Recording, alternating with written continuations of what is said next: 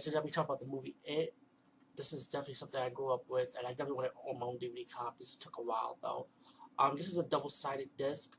It's part one and part two when you turn around the disc, so it's actually two parts. And I remember growing up with this movie. It was a two-parter.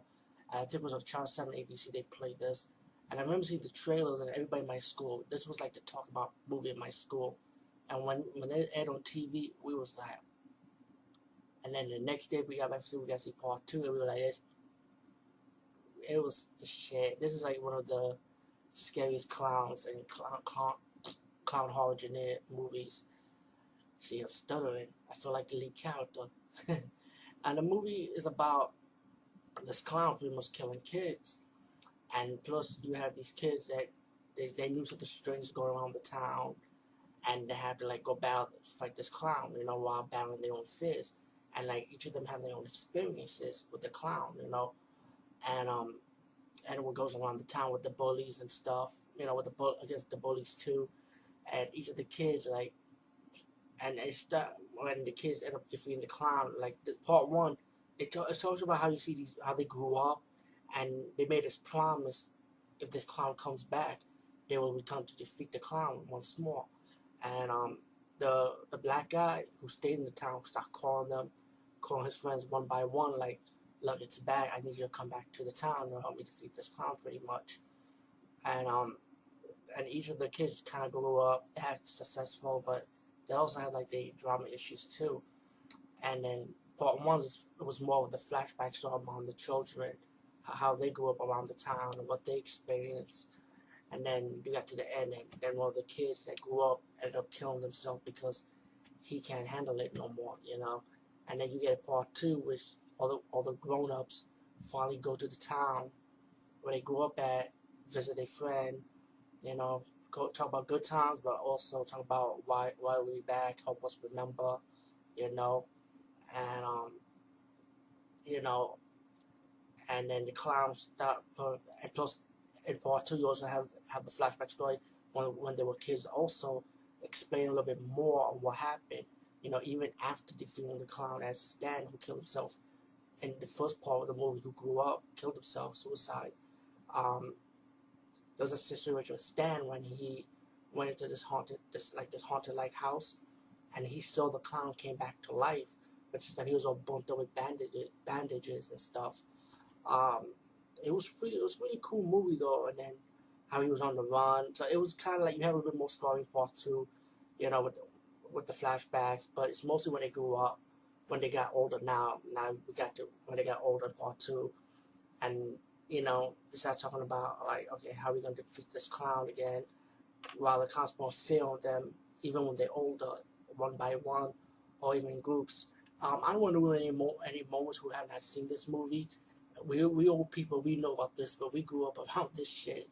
This movie was no joke. This was a good TV horror movie, and it's one of the good TV horror movies. There have been TV horror movies in television anyway from the past before this one, and there's some after this one, but they're not as good as this one. Or I think the last good TV horror movie I actually liked, it was Salem Lot remake with Rob Lowe, and it was actually good, by the way, believe it or not. It was on TBS. I think Rutger Hauer played the Dracula, not Dracula, but the vampire leader, if I'm corrected. But anyway, the point is, we're talking about it. But it was interesting how when they growing up, the bully from the first part of the movie, when his hair was all white, he kind of grew up, but he's in a mental hospital, and the clown helped him escape because the clown wanted him to kill them one by one, because the grown-ups, the survivors from the first part of the movie, right, the first part of the story, survived against the clown.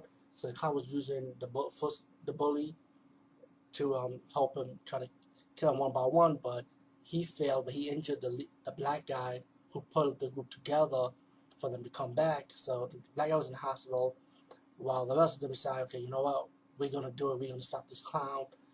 When they went back to the sewer, they had to defeat the clown in this physical form. But plus, also the clown also kidnapped one of the grown-up's wife. The leader. You know, wife. And while they're gonna defeat clown, when they got into this little doorway, excuse me, into a large cave, and you see this giant spider appear. So what this movie trying to tell you is that all this time, this fucking clown, his true form was the giant spider, and all that. Remember, if you see the first part of the movie, the second, and a part of the second part, they talk about deadlight. Like that was actually the spider's stomach, the deadlight, the lights, and Beverly, the woman, used the silver thing that she used in the first part of the movie. In the second chapter of the movie, she used the silver bullet to hit the silver pellets, like the bullet-like type pellets, into the spider's chest, and then the spider ended up running. But the spider killed one of the kids that grew up. The one who was asthmatic. He just dropped the guy, and he just died. So the rest of them went after the spider just to end it. And they pretty much punched him in the stomach and just rip out his heart, I guess. you know, and the lead character, the hero with the glasses, took his wife out. It was like in a comatose state.